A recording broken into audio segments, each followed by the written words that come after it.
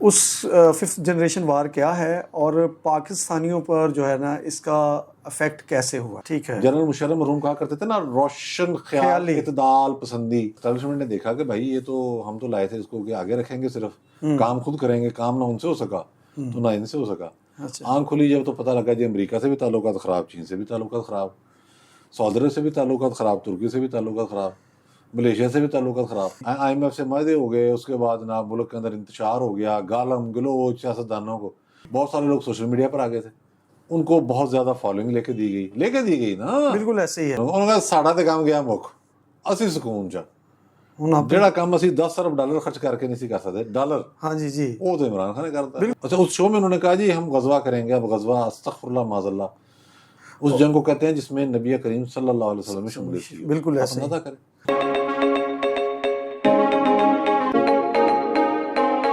اچھا چوہدری صاحب، fifth generation وار ویسے تو بہت سے لوگوں کو پتہ ہے لیکن تھوڑا سا آپ الیبوریٹ کر دیں. اس ففتھ جنریشن وار کیا ہے اور پاکستانیوں پر جو ہے نا اس کا افیکٹ کیسے ہوا؟ بڑا زبردست سوال آپ نے کیا ہے، بلکہ میں سمجھتا ہوں کہ آج کا جو سب سے بڑا سوال ہے وہ یہی ہے. شکریہ. دیکھیں کامران صاحب، یہ امریکہ بادر نے 90s کے اوائل کے اندر کچھ ان کے جو تھنک ٹینکس ہیں ان کو کہا تھا کہ کس طریقے سے اب آگے چلانا دنیا کو.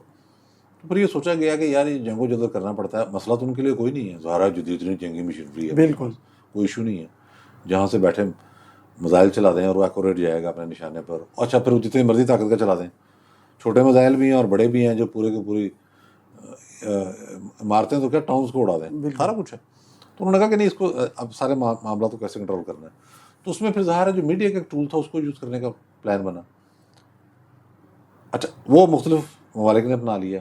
ففتھ جنریشن وار یہ ہو گئی کہ آپ نے پروپیگنڈے کے ذریعے بہت ساری چیزوں کو مسخر کرنا ہے.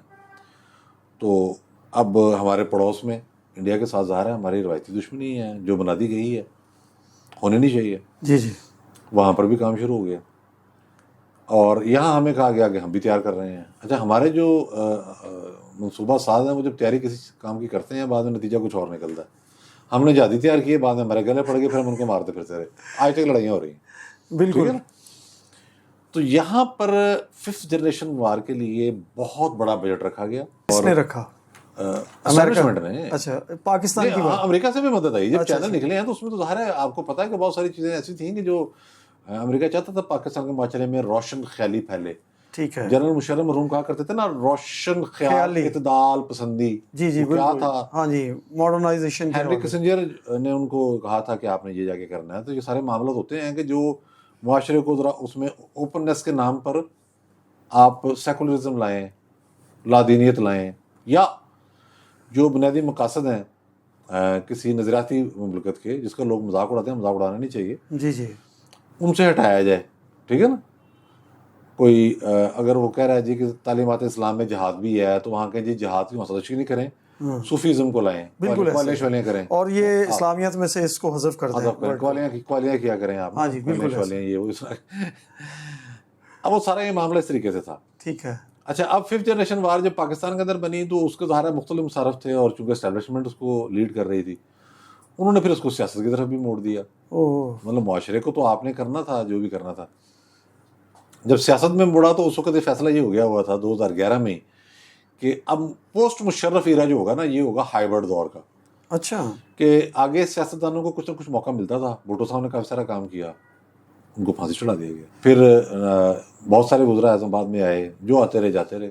میاں نواز شریف نے بہت سارا میعاد کوئی بھی نہیں پوری کر سکا. کوئی پوری نہیں کر سکا. میاں نواز شریف کو بھی آپ کو پتا ہے کہ جلا وطن ہونا پڑا، بار بار جیلوں میں رہنا پڑا. باقی بھی سارے سب کے ساتھ یہی ہوا ہے، لیکن جنہوں نے کام کیا میں ان کی بات کر رہا ہوں. اب ہائیبرڈ نظام جب لانا تھا تو اس کے لیے بہت ساری چیزیں طاقتور کرنی تھی آپ نے حکومت سے. حکومت موجود ہوگی، وزیر اعظم وزراء، لیکن اس سے زیادہ طاقتور کچھ حلقے موجود ہوں گے. ٹھیک ہے. وہ حلقے بھی کام کرنا شروع ہو گئے اور اس میں سیاستدانوں کو مطلوب کرنا تھا، اس حد تک بدنام کرنا تھا کہ وہ کارنر ہو جائیں، مارجنلائز ہو جائیں جیسے ہوئے. اس پر کام کیا گیا. اس کے نتیجے میں معاشرے کے اندر افراتفری آ گئی.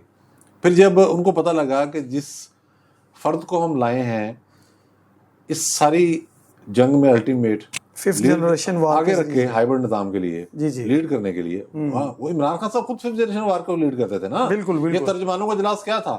ترجمانوں کا اجلاس بلا لیا جی, ترجمانوں سے میٹنگ فلانا, یہی ہے نا. کارکردگی کے اوپر توجہ نہیں تھی, ترجمانوں کے اوپر توجہ تھی. اب یہ سارا معاملہ طریقے سے چلتا رہا. بعد میں جب ان کو اسٹیبلشمنٹ نے دیکھا کہ بھائی یہ تو ہم تو لائے تھے اس کو کہ آگے رکھیں گے, صرف کام خود کریں گے, کام نہ ان سے ہو سکا تو نہ ان سے ہو سکا. آنکھ کھلی جب تو پتہ لگا جی امریکہ سے بھی تعلقات خراب, چین سے بھی تعلقات خراب, سعودی عرب سے بھی تعلقات خراب, ترکی سے بھی تعلقات خراب, ملیشیا سے بھی تعلقات خراب. یعنی کہ جو تجربہ کیا انتہائی بری طرح ناکام, پوری طریقے سے معیشت بھی گئی, سفارت بھی گئی. ہاں جی بالکل ایسے ہی. آئی ایم ایف سے معاہدے ہو گئے, اس کے بعد جناب ملک کے اندر انتشار ہو گیا, گالم گلوچ سیاستدانوں کو. عدلیہ کے اندر بھی اپنے بندے بھرتی کیے اس دوران اسی مقصد کے لیے. بعد میں اور میڈیا کے اندر بھی ٹھوس ٹھوس کے بندے بھرتی کیے گئے. جب اس کو اتارا, اب ظاہر ہے وہ جو لوگ تھے ان کے فائنینشیل انٹرسٹ بھی اس میں انوالو ہو چکے تھے. بالکل بہت سارے لوگ سوشل میڈیا پر آ گئے تھے, ان کو بہت زیادہ فالوئنگ لے کے دی گئی نا. بالکل ایسے ہی ہے. مطلب جو اس وقت سب سے زیادہ لوگ سنے جاتے ہیں, کیا سب ان کے آپ مواد کیا ہے, کیا پیش کر رہے ہیں اب؟ اس میں کوئی تحقیق ہے, اس میں کوئی خبریت ہے, کچھ بھی نہیں ہے, آبجیکٹیویٹی کچھ بھی نہیں ہے اس میں. بس ہم ہی بیٹھے چل تو چل رہی ہے وہ سارا. اب وہ سارے ان کے معاشی مفادات ہیں ڈالروں کے, وہ ادھر سے چلے گئے. خود اسٹیبلشمنٹ بھی کنفیوز تھی, اس میں بھی دراڑیں تھیں جو 9 مئی کی صورت میں سامنے جی جی بالکل. دیکھیں کامران صاحب, اگر جرنیلوں کو ریٹائر کیا گیا, بعد میں فوجی افسروں کو فارغ کیا گیا, تو اس کا مطلب ہے کہ اندر بھی دراڑیں تھیں. تو اس کے نتیجے میں وہ جو یوٹیوبرس تھے, سوشل میڈیا ایکٹیوسٹ تھے, وہ بھی بے قابو ہو گئے, معاشرے کے اندر مزید انتشار پھیلا. تو ہمیں تو ففتھ جنریشن وار لڑ گئی ہے. آپ اندازہ لگائیں کہ اگر میں کہوں دشمن ملک انڈیا کو, تو وہاں کے جو لوگ لیڈ کرتے ہیں پاکستان کے خلاف ففتھ جنریشن وار کو, ان میں سے ایک میجر گرو آ رہی ہے. بالکل ہے. اب میجر گرو آ رہے نے کہا بھائی, میں پنجابی میں بات کروں گا, انہوں نے کہا ساڑا تے کام گیا مک اسی سکون چا, جہاں کام اسی $10 ارب خرچ کر کے نہیں سی کر سکتے ڈالر. ہاں جی جی وہ تو عمران خان نے کرتا ہے, بالکل, اس تو کئی درجے زیادہ. اور ویڈیو وائرل ہوئی اس کی. اور اس کے بعد باقی بھی ان کے جتنے آپ دیکھیں, بہت سارے آئی پورٹ جو آپ بھی دیکھتے ہوں گے, بہت سارے شوز بھی آپ دیکھتے ہوں گے, وہاں وہ بڑے مطمئن ہیں, وہ کہتے ہیں جی انہوں نے تو کام کر دیا مکمل, جو ہم نہیں کر سکتے تو ہماری ذمہ داری انہوں نے پوری کی. اچھا, وہ ایکچولی عمران خان نے یا ان کے ہم یوٹیوبرز نے نہیں کیا, وہ انہی کی جو ففتھ جنریشن پیداوار تھی اسٹیبلشمنٹ کی, وہی ان کو لڑ گئی. یعنی کہ ہائبرڈ نظام جو وہ بگڑ گیا تو پھر یہ صورتحال. بالکل یہ صورتحال پیدا ہوئی. اچھا, چونکہ اسی سے ریلیٹڈ 2 کریکٹر ہیں جو پاکستان سے باہر بیٹھے ہوئے ہیں, ایک عادل راجہ ہے اور ایک حیدر مہندی ہے میرا خیال. یہ دونوں جو ہیں پاکستان کے خلاف بیٹھ کے زہر اگلتے ہیں, اور دنیا اندھوں کی طرح, پاگلوں کی طرح اسے دیکھتی ہے. تو ایسے لوگوں کا تدارک کیا ہے اور کیسے یہ رک سکتے ہیں, اور ان کے پیچھے کون ہے؟ دیکھیں, میں اب پوری ذمہ داری سے نہیں کہہ سکتا ان کے پیچھے کون ہے, لیکن ظاہر ہے کہ جب جیسے میں نے کہا کہ لوگ کہہ دیتے ہیں کہ ہم خیال ہو گئے تو کوئی الزام لگ گیا. اب ان لوگوں کو کہنے کے سپورٹ تو مل رہی ہے نا. سپورٹ کن کی ہے؟ ملک دشمنوں کی, جو چاہتے ہیں پاکستان میں انتشار رہے. یہاں تک معاملہ کلیئر ہو گیا. جو کچھ یہ کر رہے ہیں اس کو ٹیکل کیسے کرنا ہے, یہ اپنی جگہ ایک سوال ہے. پہلی بات تو یہ ہے کہ اگر ہم دیکھیں, جب عمران خان صاحب کے خلاف تحریک عدم کامیاب ہو گئی, تو پاکستان کے مین اسٹریم میڈیا کو بھی ٹیکل نہیں کیا گیا, کسی نے کوشش ہی نہیں کی.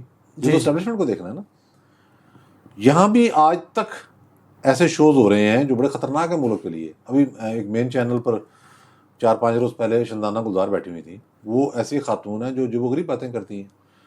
انہوں نے کہا چند روز پہلے, اچھا اس شو میں انہوں نے کہا جی ہم غزوہ کریں گے. اب غزوہ استغفر اللہ معاذ اللہ, اس جنگ کو کہتے ہیں جس میں نبی کریم صلی اللہ علیہ وسلم نے شمولیت کی. بالکل ایسا اندازہ کریں, چینل پہ چلا ہے اور لوگ چپ ہیں. اچھا وہ خاتون ایسی ہے, وہ کہتی ہے کہ جی عمان میں منصوبہ بن رہا ہے, عمان کی ایئر بیس پر عمران خان کو جیل میں قتل کرنے کا.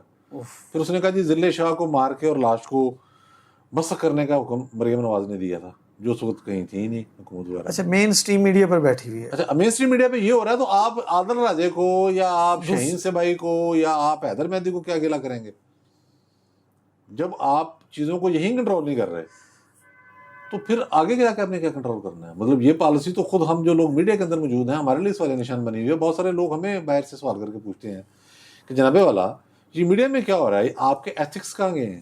تو کیمرہ کوئی کردار ادا نہیں کر رہا ہے اس میں, کوئی کردار ادا نہیں کر رہا. میرے خیال جنہوں نے ہائبرڈ نظام جنریٹ کیا وہ پولیٹیکل پولرائزیشن کو تو بیلنس کرنے میں لگے ہوئے ہیں, لیکن صحافت کی طرف یا پھر ان کی توجہ نہیں ہے.